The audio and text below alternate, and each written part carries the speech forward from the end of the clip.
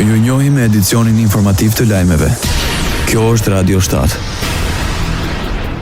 Mbetet në fuqi vendimi për ndalimin e përdorimit të ujit për pije për përgatitjen e ushqimit nga ujësillësi Gostivarit. Drejtori i Agjencisë së Ushqimit dhe Veterinarisë në Republikën e Maqedonisë së Veriut, Oliver Milanov, nga ambientet e Këshillit të Ministrave deklaroi se situata do të ndryshojë vetëm pasi analizat laboratorike do të konfirmojnë sigurinë e ujit. Ne do të vazhdojmë ta monitorojmë me kujdes situatën dhe të marrim masat e nevojshme ligjore për zbardhjen e plotë të rastit si dhe për eliminimin e shkaqeve që kanë çuar në këtë gjendje duke rrezikuar shëndetin e qytetarëve. E sigurojmë opinionin se asnjë aspekt i procedurës nuk do të mbetet i pahetuar, deklaroi Milanov, drejtori i Agjencisë së Ushqimit dhe Veterinarisë në Maqedoninë e Veriut.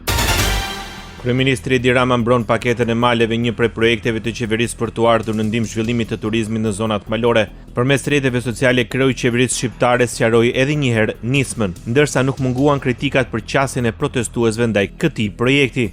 Paketa e maleve është gjëja që i ka munguar njerëzve që kanë të drejtë të gëzojnë pronën e tyre dhe ta kthejnë atë në një burim mirëqenie. Kjo është paketa e maleve. Dhe këto janë argumentat dhe faktet. Zhurma, llafet dhe akuzat, shpifjet, sharjet, vetëm mjegullojnë sytë atyre që merren me to apo zhyten në to. Paketa e maleve do të jetë një histori e madhe suksesi e Shqipërisë dhe shqiptarëve për të ba Zvicrën e vogël të Blertës. Kujtojmë se prej 52 ditësh Tirana dhe jo vetëm është përfshirë nga protestat masive ku kërkohet dorëheqja e kryeministrit Edi Rama dhe anulimi disa ligjeve mes tyre paketa e maleve dhe ajo investimeve strategjike. Ta falenderoj Kim Mehmetin, jo vetëm që solli nipin për të folë, por ka qenë edhe pjesëmarrës në protest, e mbështetës i kësaj proteste prej ditëve të para.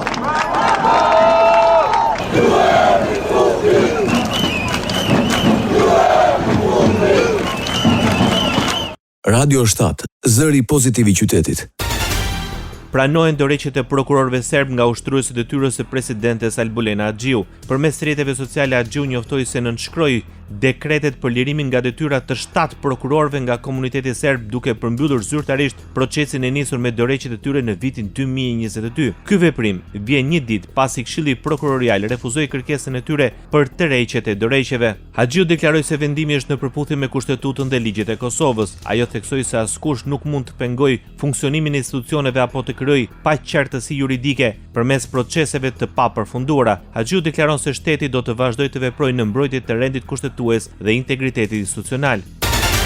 Deputetja e zgjedhur e PDK-s Ganimete Mysliu kritikoi kryeministrin detyra Albin Kurti lidhur me qëndrimet e tij për zgjedhjen e presidentit të ardhshëm. Mysliu tha se Kurti intereson një president me rol të kufizuar politik dhe pa ndikim në vendimarrje. Kurti do më pas një marionet siç e ka Albulena Axhiu që e ka ushtruesit e detyrës për të kryer punët e tij, paralajmëroi Ganimete Mysliu. Deputetja e Partisë Demokratike të Kosovës ka përmendur edhe raportet e Kurtit me ish presidenten Vjosa Osmani, duke thënë se përplasjet mes tyre kanë ardhur pikërisht për shkak të dallimeve rreth rolit të presidentit.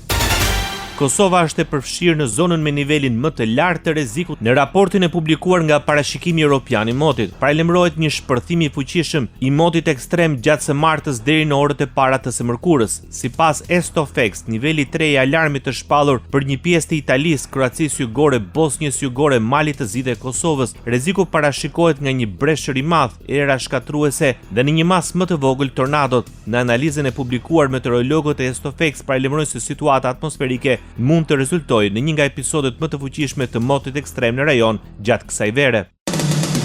Ndoqët lajmet shkurt në Radio 7, zëri pozitiv i qytetit.